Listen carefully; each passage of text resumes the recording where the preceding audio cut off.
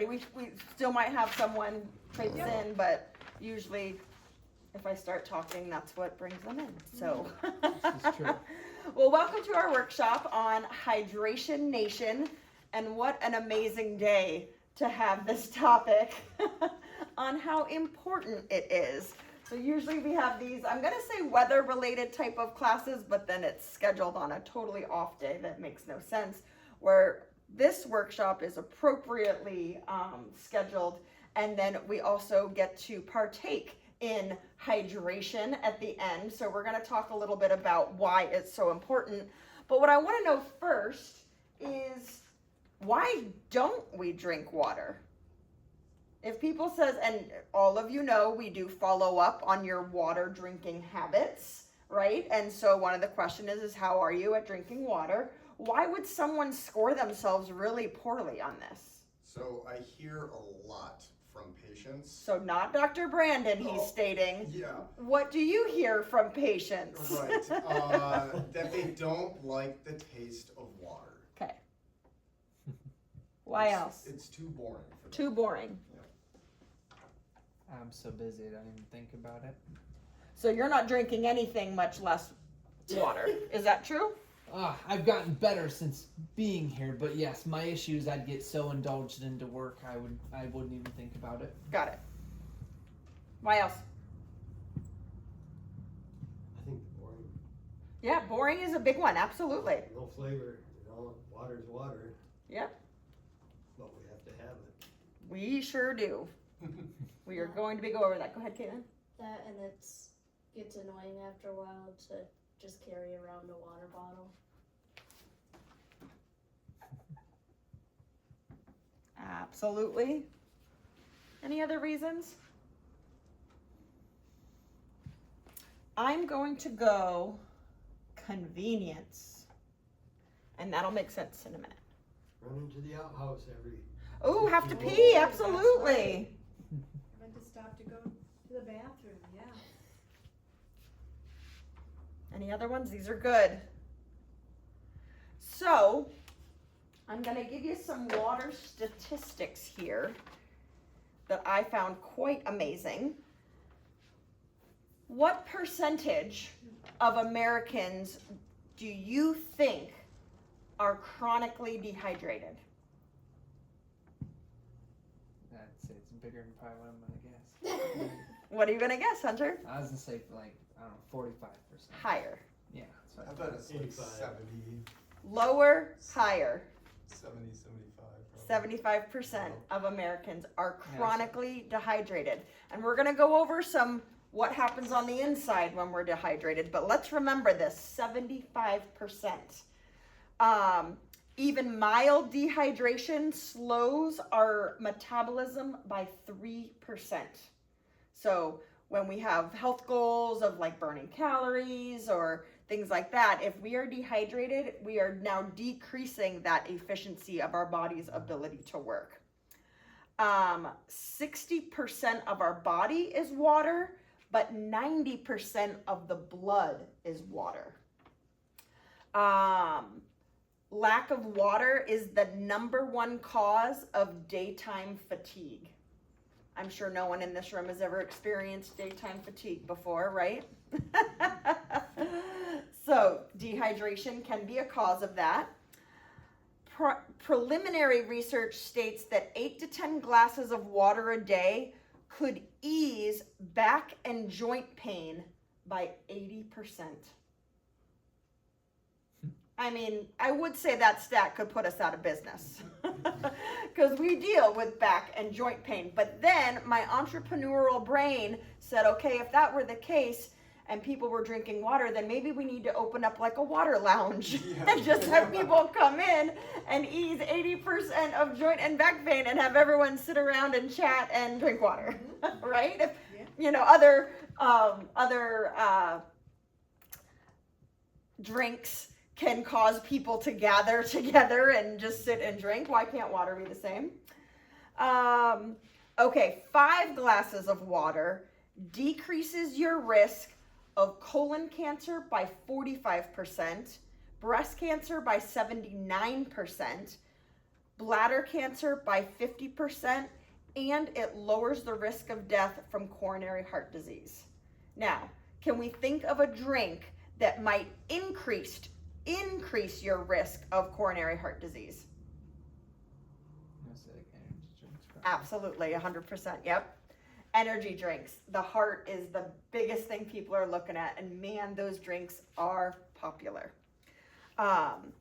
If it's hot outside, you're physically active, or you consume caffeine, alcohol, or a high protein diet, you actually need more water, okay, not your regular amount. 1 glass of water will shut down midnight hunger pangs almost 100% of the time. So if people wake up hungry and they're going to snack or eat, usually downing a glass of water will take care of that, and they'll be able to go back to bed. So, taking some of these issues that we are seeing with dehydration, and I say commonly in the office that dehydration occurs before you are even thirsty. So your body is so good at compensating, and I'm gonna say stealing from Peter to pay Paul, like just in order to function, it will pull what it needs from elsewhere. So when we are dehydrated, the first thing that happens, or I should say the first organ that is affected, is our brain. And what the first symptom would be poor concentration. I'm sure no one in this room has ever had poor concentration, like in that daytime afternoon, right? So poor concentration, what happens when you're dehydrated, those brain cells actually shrink in size. And that's why the concentration is harder, because those cells aren't working as well, and can cause headaches. So dehydration headaches are a thing. Usually if I get a headache, the first thing I think is how much water did I have to drink yesterday? So again, it just takes the body that time for me to feel that effect. But headaches, and again, headaches are common. There's lots of reasons for headaches, but dehydration can definitely be one of them. As I was stating earlier, my kids are runners.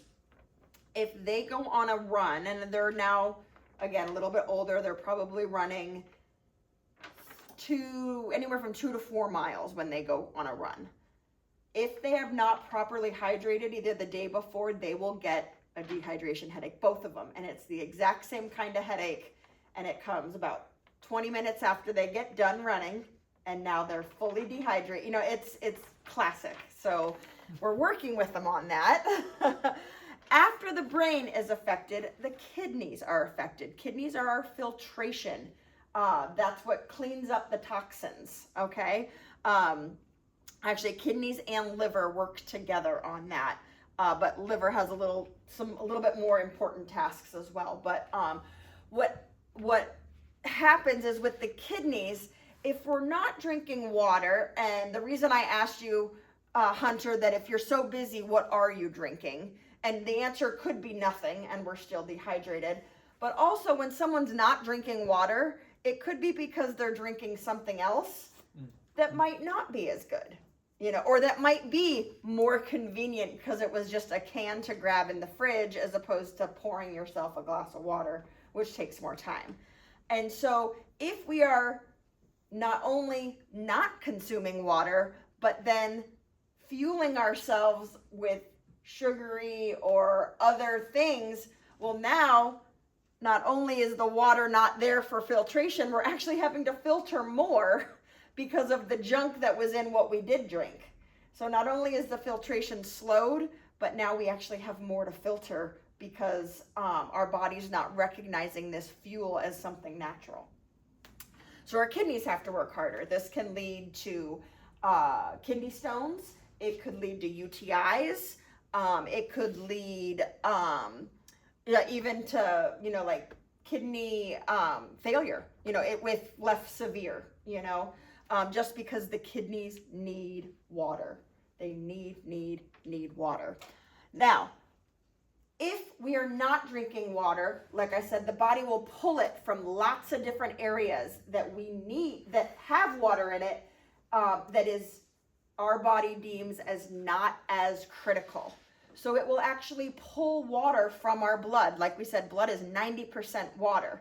So if the organs are not functioning the way they should and need more water, and the kidneys need more water, they will pull it from blood, and then the blood becomes thicker and harder to pump. Therefore, our heart is working harder because of dehydration. Because now it's pumping thicker blood through our system. Oxygen and blood are not getting to the areas that they need to get to. High blood pressure, increased heart rate, heart palpitations, those are all symptoms of dehydration. It will also pull from our digestive system. Our digestive system needs water to move things along our large intestine and out our colon.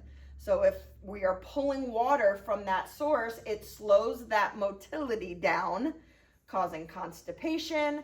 If left untreated, then, irritable bowel syndrome, ulcerative colitis, Crohn's, we're kicking in all the autoimmune stuff, that with no water, we're not fueling that digestive system to now get rid of the toxins of the junk we ate because we weren't drinking water. So, liver, like I said, is part of the filtration and getting rid of toxins, but also emulsifies the fat. So, again, if there's no water to help break down fats, if we're eating more fatty things or sugary things, then now that system's overloaded as well. And lastly, skin. There is moisture in our skin. Dehydration. I'm sure we may have heard of the pinching test.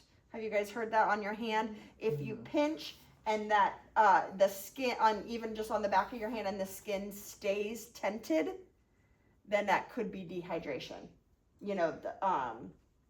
That if it doesn't re-elasticize back. So I'm very hydrated, so I cannot give you an example of what that looks like. But also dry skin, flaky skin, tighter skin, again, as we age, wrinkles, things like that. Where we don't think of our skin as an organ, but it is the largest organ, and needs water to function. So a lot of things can be diagnosed, like we said, digestive issues, high blood pressure, headaches, confusion or poor concentration. But do you think people typically look at water for the answer? 75% are chronically dehydrated in our country. And so if we're seeing an increase in all these other diagnoses, if we could just drink more water, right? Then I don't know how much will be, solved by that. But is this bad to drink more water? Absolutely not. Is it expensive? No, it really isn't. I mean, when we look at what we're spending on, expensive skin regimes so we don't wrinkle, well, we could probably just drink water, or to lose weight, or expensive surgeries, and, that if water was a part of our regular routines, which is one of the answers of this column, then we would feel so much better. So I want to go over some tips on how to implement more water. So if you decided you wanted to take this as a health goal, I'm going to drink more water. How would you do it? Or let's say you're already good at drinking water. What do you do? What are some things that helped you? I now use a clear glass bottle so I can actually see how much I'm taking. I find it to be easier to intake more when I can actually see how much I have. Clear bottle. No amount. Excellent. What else? I used to be terrible about getting enough fluids through the day Mm-hmm. because the flavor. Right? So I just started picking up the flavoring for water. Like the instant, add. Yeah, you just those spray ones? it into the water and just add a little flavor. to it. Perfect.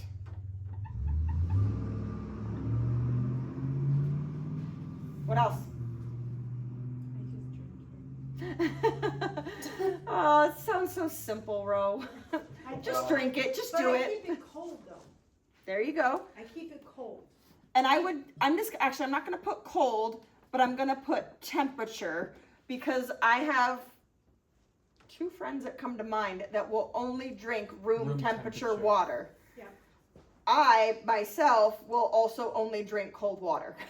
So, if it is warm, I probably will not drink it. So, absolutely. I mean, these are found everywhere now. So, not clear. I like your clear idea to see like how much is there, but I guess I do mine more of how many of these I drink a day. Like, I know that this is 24. I know, you know what I mean? That Mine's also goal oriented though. I try to aim for a gallon of water a day. Got it. So if I see how much I have left, it's. is it a full gallon in one thing? Yeah. Ah, Yeah, it's a 1 interesting. gallon. It's actually a moonshine jug. That's what I carry around with me. I love it. Yeah. Perfect. Yeah.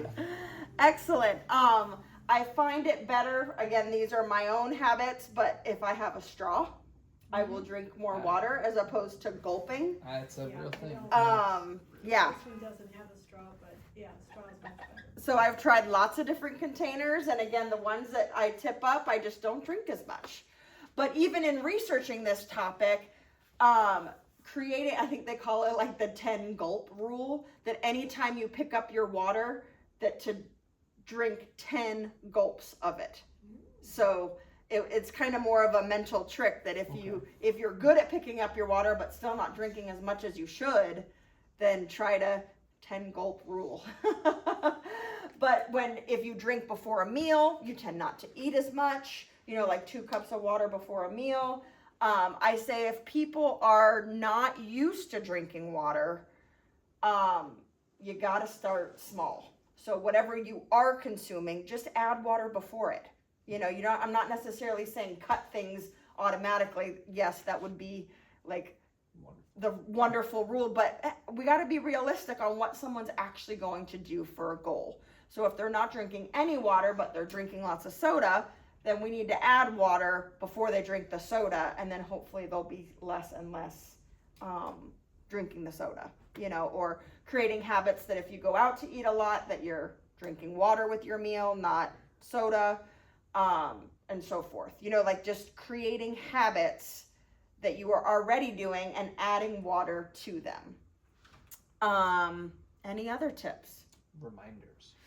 Like on a phone or like? Anyway, whether it be sticky note, phone, I know at work I'm always listening to an audiobook, so I will set reminders to Nice. make sure to. There are also apps out there that will give you reminders. Like will Okay. buzz ya? Yep.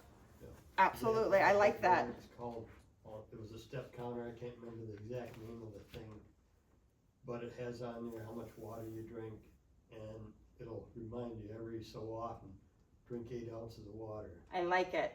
Like I know the Apple Watches will buzz you to move. Like, if you're sitting, like that can be something that can say, okay, if it's buzzing me to move, I should be drinking water as well. And I haven't had my watch in a few years, so maybe they have a water reminder too now. Who knows? It wouldn't surprise me. I love it. Yes, reminders for everything now. Mhm. There is, that is a technology thing, that because technology is getting so much quicker, we're having to remember a lot more. That, you know what I mean? Like our day encompasses a lot more things to do because we can do them quicker, and things like drinking water we get too busy for, or taking that time. So I like that. I like the reminders one. And also too, like having a set, this is my water mug. Like this is, what I'm drinking. And again, I don't know why this is. If I don't have a set water cup, actually just yesterday, because I just spilt my water on my desk. I used to have my red Wonder Woman cup that was my water cup. I can't find it in this office. Where is that? I don't know. So I filled a mug with no straw yesterday that I then spilt on my desk today. It was just not going my way because I didn't have my set water cup with a straw. So I didn't drink as much water. I mean, there are like 50 other cups I could grab. but I needed my Wonder Woman cup. Mm-hmm. You know, Part of I that don't get that it. mental routine. It is.